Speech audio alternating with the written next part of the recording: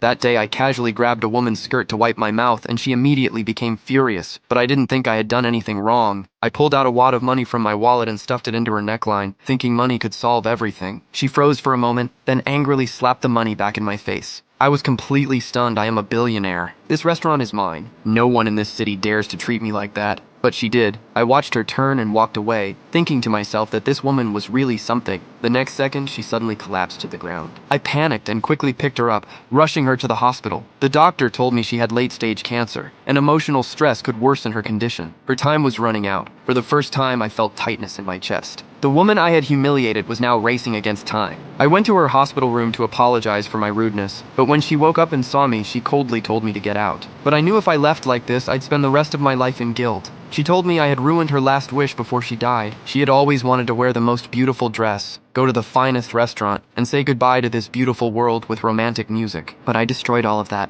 I left feeling ashamed and guilty, but I didn't want her to leave with regrets. So I got all the staff in my restaurant involved. I had the room next door at the hospital transformed into a dreamy restaurant setting. I convinced the doctor to take her to the next room. When she walked in, I watched her expression change from surprise to tears. At that moment, I finally saw her soft, forgiving smile. She chose to forgive me, but she made one request. She wanted a beautiful dress. I had already prepared one. I told her to turn around and take a look. When she came out wearing that dress, I could hardly believe my eyes. The woman I had once looked down on was incredibly beautiful. She didn't care about money or power. She just wanted to be herself. At that moment, I was completely captivated by her world, but happiness never lasts. The doctor reminded her that she needed to rest, so I reluctantly stood up and left. How about dessert tomorrow? She smiled and shook her head, saying that for her, love had become a luxury. The next day, I went to see her attending physician and asked if there was any way to save her. The doctor was silent for a moment, then said there was a method, but it was too expensive for me to afford. I didn't hesitate. I sold the restaurant just to save her. A few days later,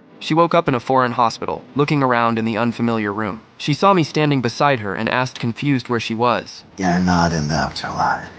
You're in Paris. It turned out that after she had fallen unconscious, I used all my savings to charter a private jet and brought her to a hospital abroad. The surgery was a success, and she was finally out of danger. She smiled and said, once she recovered, she wanted to go to my restaurant for a meal. I told her the restaurant no longer belonged to me. She froze, and I smiled, saying, money can buy the world, but it can't buy sincerity. For her, I finally understood what truly matters in life.